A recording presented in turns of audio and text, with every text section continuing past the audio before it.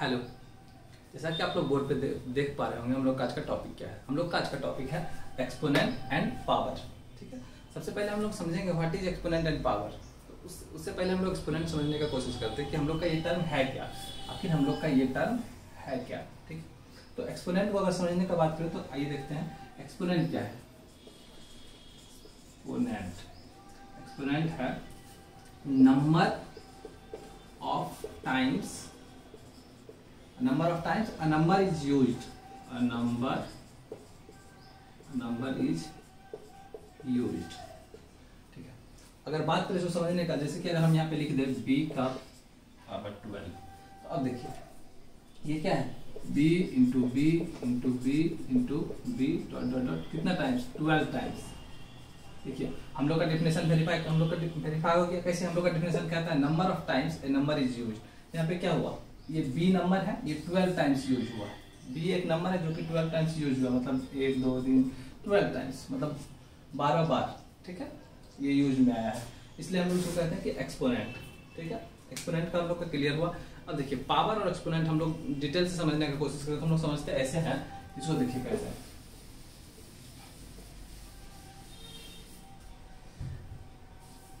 जैसे मान लेते हैं कि हमको एक नंबर लिखते, एक पावर लिखते, a का पावर m। ठीक है, हम लोग यहाँ पे क्या लिखे हैं, a का पावर m। अब हमारा जो ये a है, अगर हम लोग a को समझने की बात करें, हम लोग को ये टर्म समझने के बाद, ये क्या है हमारा बेस है, ये क्या है बेस है। और इसको समझने की बात करेंगे तो ये क्या है, जिसको हम लोग पावर पढ़ते आ रहे हैं बचपन से, वो क्या है, ये एक्सपोनेंट है। ठीक है, ठीक है, ये एक्सपोनेंट है। और अगर हम बात करें इस पूरे नंबर को एक साथ, पूरे नंबर को अगर पूरे टर्म को एक साथ हम लोग बात करें तो ये टर्म हम लोग का होता है क्या, पावर। लेकिन हम लोग अभी तक क्या सीखते आ रहे हैं कि ये पावर है। हम लोग क्या सीखते आ रहे हैं, ये पावर है। सबसे पहले ये पावर है नहीं। ठीक है, तो पूरा टर्म एक साथ उसको हम लोग बोलते हैं पावर। लेकिन अगर हम लोग बात करें ये, तो ये बेस हो गया, ये हो गया एक्सपोनेंट। क्लियर हुआ एक्सपोनेंट और पावर। ठीक है, तो आइए देखते हैं हम लोग उसका कुछ लॉज देखते हैं कि क्या क्या लॉ उसने दिया है एक्सपोनेंट और पावर में। ठीक है, क्या क्या रिलेशन है एक्सपोनेंट और पावर के बीच में, आइए।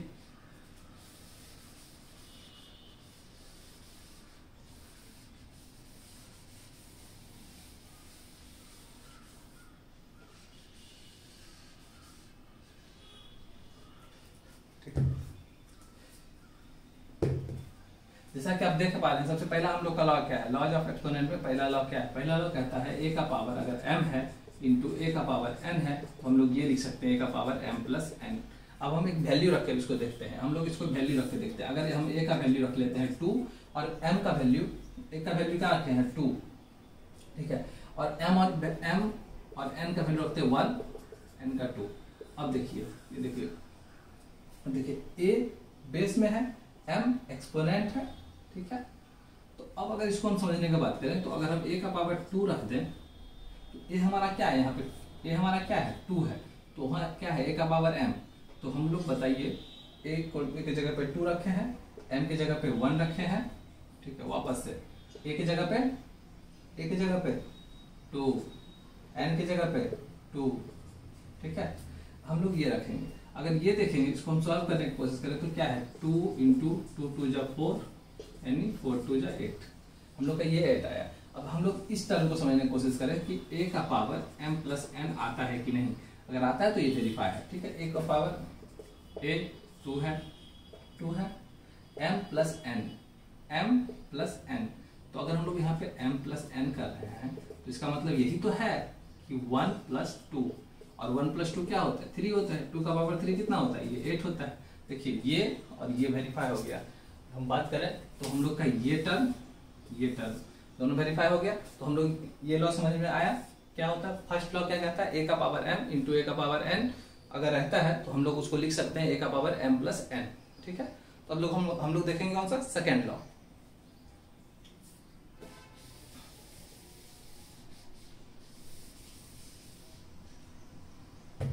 ठीक है, अगर हम लोग सेकेंड लॉ का बात करें तो सेकेंड लॉ हमारा कहता है a का पावर m अगर है, a का पावर m है बाय ए का पावर एन है, इसको हम लिखते हैं ए का पावर m माइनस एन। देखो यहाँ पे हम लोग m का वैल्यू फिक्स कर लेते हैं 1, n का वैल्यू कर लेते हैं 2 और a का हम लोग 2 रखते हैं, ठीक है, और a का वैल्यू रखते हैं 2, ठीक है। इस चीज को समझने की कोशिश करना, ठीक है। a क्या है 2 है, तो 2 का पावर m है, m का क्या है वैल्यू 1 है, ठीक है, तो 2 का पावर 1। अब देखो a कितना है 2, n कितना है 2। अब अगर इसको हम सॉल्व करें तो क्या ये 2/2 या 4 नहीं है, और इसको अगर हम काटने का बात करें तो 1/2 ही तो होगा, क्या होगा ये 1/2 हो जाएगा। अगर हम बात करें ये 1/2 हो गया, तो अब हम देखते हैं हम लोग का क्या है, ये 1/2 आया। अब हम लोग इस टर्म को वेरीफाई करेंगे, ये टर्म 1/2 के बराबर अगर आता है तो हम लोग का ये सेकेंड लॉ वेरीफाई हो जाएगा, ठीक है। तो हम लोग देखते हैं, तो a का पावर m माइनस अगर n लिखेंगे तो ये देखिए a का क्या है, a का वैल्यू क्या है 2 ही तो है, n का क्या है 1, n का क्या है 2। अब देखिए 1 माइनस 2 क्या होता है, 1 माइनस 2 क्या होता है -1 होता है ना। और जब भी पावर माइनस में होता है, जब भी आपका एक्सपोनेंट माइनस में होता है, तो हम लोग क्या करते हैं इसका रेसिप्रोकल लेते हैं, क्या करते हैं इसका रेसिप्रोकल लेते हैं। मतलब कहने का मतलब ये है कि हम 1/2 लिखेंगे, तो ये क्या ये 1/2 और ये 1/2 बराबर है। अगर बराबर है तो हम लोग का ये सेकेंड लॉ वेरीफाई हो गया। अब हम लोग आगे बढ़ेंगे थर्ड लॉ की तरफ, ठीक है।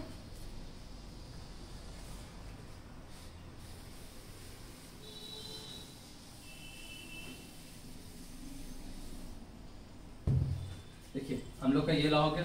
थर्ड लॉ हम लोग का क्या है, थर्ड लॉ कहता है a का पावर m अगर है तो हम उसको a का पावर m इंटू n इसको पढ़ते हैं, ठीक है। तो हम लोग यहाँ पे क्या करेंगे a का पावर m इंटू n और a का पावर m n लिखेंगे। देखिए ये और ये एक ही बात है, ठीक है। m इंटू n लिखो या फिर m n लिखो, बात तो एक ही है ना। तो हम लोग इसको समझने की कोशिश करते हैं वापस से। ये वैल्यू a का 2 रखे थे, m का 1 रखे थे, n का रखे थे 2, ठीक है। देखिए a का वैल्यू हम लोग 2 रखे थे तो 2 पुट किए, n का वैल्यू 1 लिखे थे 1 पुट किए, n का वैल्यू कितना था 2 था, ठीक है। अब देखिए हम लोग क्या करते हैं इसको 2 का पावर 1 कितना होता है 2 ही तो होता है, और 2 का पावर 2 है तो ये 4 हो जाता है, ठीक है। अब हम लोग सेकेंड टर्म इसको समझने की कोशिश करेंगे, ये क्या ये ऐसा होता है m इंटू n होता है क्या। तो देखते हैं, तो a का जगह पे 2, a की जगह पे हम लोग 2 पुट किए, m की जगह पे 1 पुट किए, n की जगह पे 2 पुट किए, मतलब 2 का पावर 2। अब देखिए 2 का पावर 2 यानी 4, तो ये 4 मतलब हम लोग का ये थर्ड लॉ भी हो गया वेरीफाइड, ठीक है। थर्ड लॉ वेरीफाइड हो गया। अब हम लोग इसके बाद देखेंगे कौन सा फोर्थ लॉ।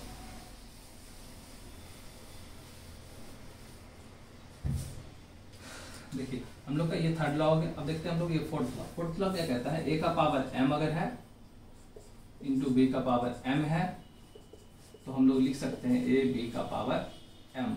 देखो इसमें अंतर क्या है, इसमें ये थोड़ा सा अलग है, उससे अलग कैसे है क्योंकि इसका जो एक्सपोनेंट है वो सेम है, इसका एक्सपोनेंट क्या है सेम है। जब सेम एक्सपोनेंट होता है तो m इक्वल टू 2 हम लोग अगर रख लेते हैं, ठीक है।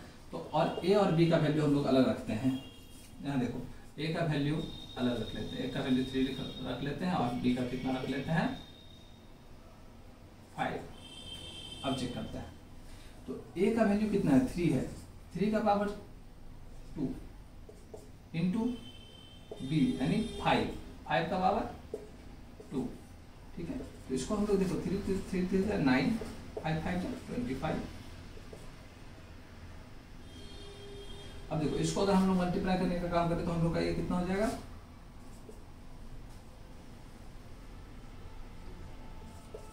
225 यानी 225। अब देखो हम लोग का ये भी उतना ही आएगा, कैसे ये देखते हैं। तो a इंटू बी 3 इंटू 5, ठीक है। a इंटू बी 3 इंटू 5। अब देखिए पावर m है 2 है यानी 15 का अगर हम लोग स्क्वायर निकालेंगे तो ये कितना होता है 225 के बराबर। तो हम लोग का क्या है दोनों बराबर आ गया, हम लोग का ये टर्म और ये टर्म बराबर हो गया, मतलब ये वेरीफाई हो गया। हम लोग कहने के लिए कह सकते हैं अगर a का पावर m लिखा रहेगा और b का पावर m लिखा रहेगा तो हम क्या लिख सकते हैं a इंटू बी का पावर m, ठीक है। a इंटू बी का पावर होल m, ठीक है। अब देखिए ये हमारा था फोर्थ लॉ, ये हमारा कौन सा लॉ था, ये हमारा था फोर्थ लॉ। फोर्थ लॉ का हम लोग फिफ्थ लॉ का बात करें तो यहाँ देखिए a का पावर n है, b का पावर n है, a बाई b का पावर होल का n हम लोग लिख सकते हैं। सेम वही चीज है, सेम इसमें वही चीज है क्या, देखो यहाँ पे पावर सबका सेम, एक्सपोनेंट क्या है, सेम है, एक्सपोनेंट सेम है। तो हम लोग बात करें अगर n का हम वैल्यू ले लेते हैं, आपका 2 रख लेते हैं और a का रख लेते हैं 1, b का रख लेते हैं 2। तो देखिए चेक करते हैं, a की जगह पे हम लोग क्या रखेंगे, 1 रखेंगे, n की जगह पे 2 रखेंगे, b की जगह पे 2 रखेंगे, n की जगह पे तो 2 ही रखेंगे। तो 1 का पावर 1 का स्क्वायर 1 ही तो होता है, 2 का स्क्वायर 4 होता है। तो ये हो गया हम लोग का 1/4। अब हम लोग इधर चेक करेंगे कि 1/4 आता है कि नहीं, तो देखते हैं। तो 1/2 a बाई b है तो 1/2 लिखे हैं पावर। अब देखिए पावर n इक्वल टू 2 मतलब 1 का स्क्वायर 1, 2 का स्क्वायर 4। अब देखिए हम लोग का ये टर्म इस टर्म के बराबर होगा, मतलब ये नंबर वेरीफाई हो गया। तो कहने के लिए हम लोग ये कह सकते हैं, हम लोग कह ये सकते हैं कि जो a का पावर, जो a बाई b का पावर n है, अगर a का पावर n और b का पावर बाय b का पावर n है तो हम लोग लिख सकते हैं a बाई b का पावर n। ठीक है, तो हम लोग का ये था फिफ्थ लॉ। ठीक है, हम लोग का फिफ्थ लॉ हो गया। अब हम लोग देखेंगे इसका सिक्स्थ लॉ। देखिए हम लोग का ये लॉ का था, अब देखिए सिक्स्थ लॉ देखिए, ये बहुत आसान है। अगर a का पावर 0 है तो हम लोग लिखते हैं 1, मतलब कहने का मतलब ये है यहाँ कितना भी नंबर, जैसे 2 का पावर 0 1 2 5 6 8 2 5 6 8 5 4 3 का पावर 0 है, इसका मतलब क्या है, होल का पावर अगर 0 है तो कहने का मतलब ये हो जाएगा आपका 1। मतलब अगर किसी के एक्सपोनेंट में 0 हो, किसी के मतलब एक्सपोनेंट में 0 या फिर किसी का पावर 0 हो तो हम लोग तो क्या कहेंगे कि वो पूरा टर्म हो जाएगा 1। ठीक है, तो हम लोग इसलिए लिख सकते हैं a का पावर 0 1 हो जाता है। ठीक है, लास्ट हम लोग पिछले एक जगह अभी देखे भी थे ये चीज, लास्ट वाला टर्म जो था हम लोग का लास्ट का टर्म है कि a का पावर -n अगर दिया हो, a का पावर -n लिखा हो तो हम लोग लिखते हैं a का पावर n। तो हम लोग लिखते हैं कि a का पावर n। कैसे, इसको हम लोग वेरीफाई करने का कोशिश करेंगे। ठीक है, कैसे, तो a का पावर माइनस है तो n का 2 अगर हम लिखते हैं a का, और a का वैल्यू रखते हैं अगर 3 तो हम लोग देखते हैं तो 3 का पावर -2। ठीक है, हम लोग क्या लिखते हैं 3 का पावर -2। तो हम लोग यहाँ पे क्या करेंगे, यहाँ पे लिखेंगे 1 a का पावर 3, a का पावर 3, a का पावर 3 मतलब देखिए a हमारा a ही तो 3 है ना, हम लोग का a क्या है 3 है और n क्या है 2 है, तो यही तो लिख रहे हैं। तो हम लोग ये हो गया वेरीफाइड। ठीक है, इसको लिखने के लिए जैसे 1/3 का पावर 2 लिखेंगे तो हम लोग क्या करेंगे, इसको लिखेंगे 3 - 2। ठीक है, और हम लोग का अब ये इस टर्म से वेरीफाई हो गया। तो कहने का मतलब है कि हम लोग का 7th टर्म क्या है कि a का पावर -n अगर हो तो हम लोग उसको लिख सकते हैं 1/a का पावर n। ठीक है,